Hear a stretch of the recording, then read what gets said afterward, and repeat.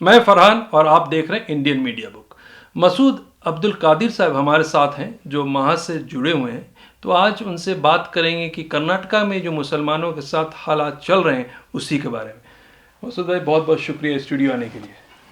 تو مسعود بھائی آپ سے سوال یہ ہے کہ آپ دیکھ رہے ہیں کرناٹکا میں حالات ہر ایک دوسرے دن، کبھی حجاب کا معاملہ ہے، کبھی حلال کا ہے، کبھی اذان کا، ایسے بہت سارے، کبھی تجارت کا ہے۔ ان سب حالات میں کیا سوچتے ہیں مسلمانوں کو کیا کرنا چاہیے؟ دیکھیے فرحان بھائی، میں سمجھتا ہوں کہ اس وقت جو حالات پیدا کیے جا رہے ہیں، یعنی جو نفرت کے بیج بوئے جا رہے ہیں، چاہے آپ کوئی سا بھی ایشو لے لیجیے، اصل مقصد یہی ہے کہ ایک نفرت کی دیوار کھڑی کرنی ہے۔ جی تو میں اس کو اس نظریے سے دیکھتا ہوں کہ یہ معاملہ صرف مسلمانوں کا نہیں ہے۔ ایک نفرت کے بیج بوئے جا رہے ہیں، اور اس سے جو کھیتی اگے گی وہ تو نفرت کی کھیتی ہی ہوگی، اور اس کا اثر سب پر پڑے گا۔ آپ نفرت کے بیج بغیر محبت کی کھیتی تھوڑی ہی کاٹیں گے، تو اس کا اثر سارے عوام پر پڑے گا۔ اور اس کے علاوہ یہ جو لوگ کر رہے ہیں وہ اصل میں انہیں مسلم دشمن نہیں کہوں گا، بلکہ وہ سماج کے دشمن ہیں، ملک کے دشمن ہیں، انسانیت کے دشمن ہیں۔ اور ایسا لگتا ہے کہ مٹھی بھر لوگ ہی کر رہے ہیں، لیکن دوسری طرف جو خاموشی ہے ان کے خلاف کوئی کارروائی نہیں ہوتی، تو اس سے ایسا محسوس ہوتا ہے کہ ان کی پشت پناہی ہو رہی ہے، اسی لیے ان کی ہمتیں بڑھ رہی ہیں اور یہ کام کرتے آ رہے ہیں۔ لیکن دیکھیے، یہ جیسا کہ میں نے کہا، یہ مسئلہ صرف مسلمانوں کا نہیں ہے۔ اس مسئلے کو ہم ایک ملک کے مسئلے کی نظر سے دیکھنا چاہیے کہ اگر ایسے حالات پیدا ہوتے رہیں گے تو اس ملک کا مستقبل کیا ہوگا۔ آج دیکھیے ساری دنیا میں، انٹرنیشنل کمیونٹی میں کیا میسیج ہم پہنچا رہے ہیں۔ ایسا کہ گاندھی جی نے کہا تھا کہ حب الوطنی سے اگر بنی نوع انسان کا فائدہ نہیں ہوگا تو ایک بیکار چیز ہے۔ تو اس لیے یہ جو بھی ظالم ہیں ان پر لگام لگنی چاہیے، یہ بالکل بے لگام ہے، اور یہ کام حکومت کا ہے۔ جو بھی حکومت جہاں کہیں بھی ہیں انہیں چاہیے کہ فوراً اس کا نوٹس لیں اور ان کو لگام لگائیں، ورنہ جیسا کہ میں نے عرض کیا، یہ نفرت کے جو پوچھ جا رہے ہیں جنہیں آپ سیڈس آف ڈسکارڈ کہہ لیجئے، سیڈس آف ہیٹریڈ کہہ لیجئے، یہ جو کچھ بھی ہو رہا ہے یہ ملک کے مستقبل کے لیے کوئی اچھی بات نہیں ہے۔ تو جہاں تک آپ نے کہا کہ بات صحیح ہے کہ یہ جو نفرت صرف مسلمانوں پہ نہیں ہے، ایک بار آپ نفرت پھیلائیں گے تو ملک کے اوپر امپیکٹ کرے گا، ہر کسی کے بیچ میں نفرت کی بیج آ جائے گی۔ لیکن جہاں تک یہ بھی آپ دیکھ رہے ہیں کہ اس کو سپورٹ جو ہے گورنمنٹ انڈائریکٹلی اور ڈائریکٹلی کر رہی ہے، تو یہ ماحول میں جب اس طرح کا پورا چیز بنا ہے تو مسلمان کیا کرے؟ بڑا کنفیوز میں ہے کہ ہم کیا کریں۔ اسی لیے آپ دیکھیں گے کبھی کبھی ینگسٹر جو ہیں وہ جذبات میں آ کے غلط اسٹیپ بھی اٹھا لے رہے ہیں۔ تو یہ آپ کچھ گائیڈ کر سکتے ہیں کہ اس وقت نوجوانوں کو کیا کرنا چاہیے، کیسے اس حالات میں اپنے کو سنبھالیں؟ پہلی بات تو یہ ہے کہ ہمیں مصائب سے گھبرانا نہیں چاہیے، جی، اس لیے کہ جہاں تاریکی ہوتے ہیں وہیں ستارے ہوتے ہیں۔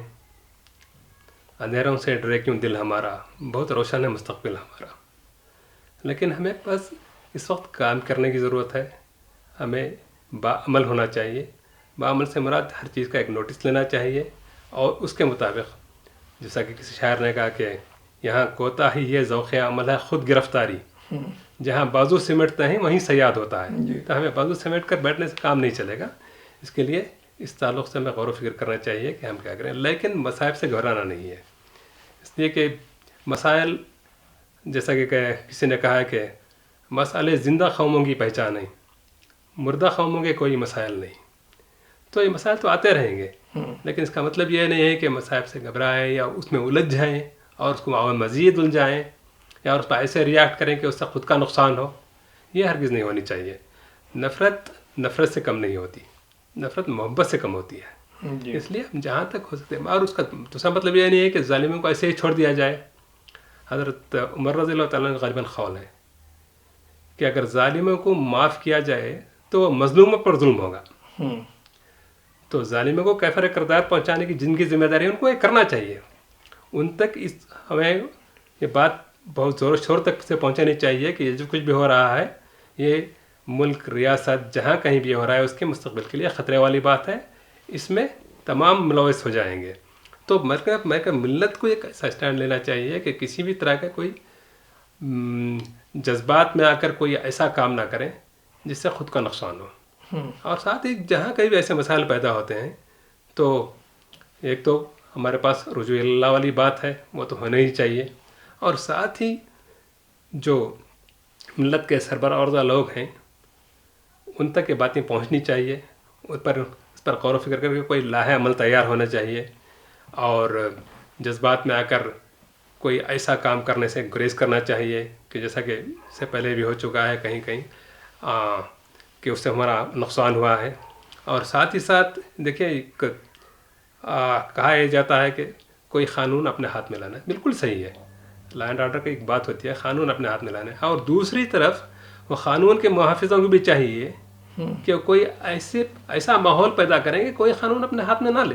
یہ ہوتا کب ہے؟ جب اسے محسوس ہوتا ہے کہ اس کے ساتھ بے انصافی ہو رہی ہے، قانون کے محافظ اپنا کام نہیں کر رہے ہیں، حکومت اپنا رول نہیں نبھا رہی ہے، تبھی یہ چیزیں ہوتی ہیں.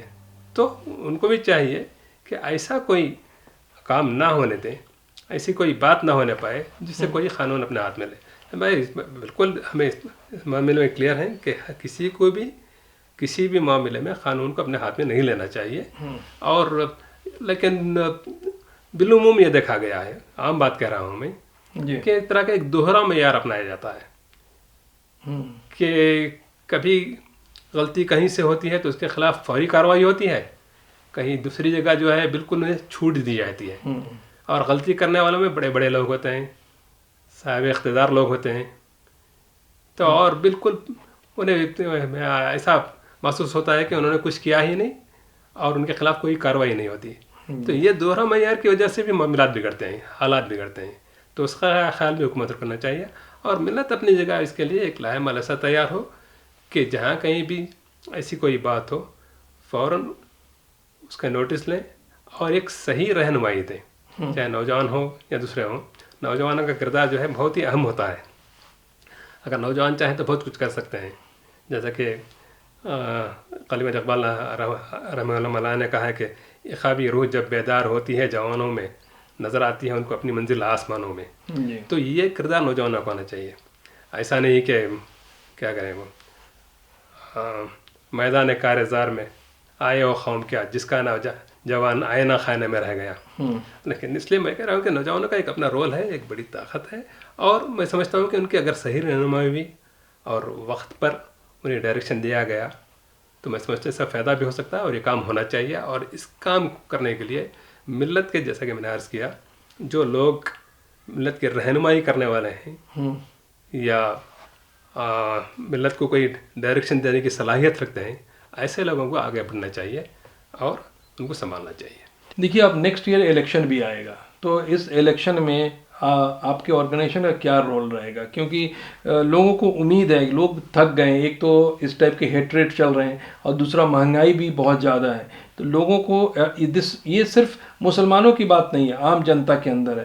تو یہ ساری چیزوں کو دیکھتے ہوئے آپ لوگوں کی آرگنائزیشن کچھ اس پہ ایفرٹ لے گی؟ دیکھیں، محاذ کرناٹکا مسلم اتحاد محاذ شروع ہی سے سیاسی شعور کی بیداری کے لیے کام کرتا آ رہا ہے. جی.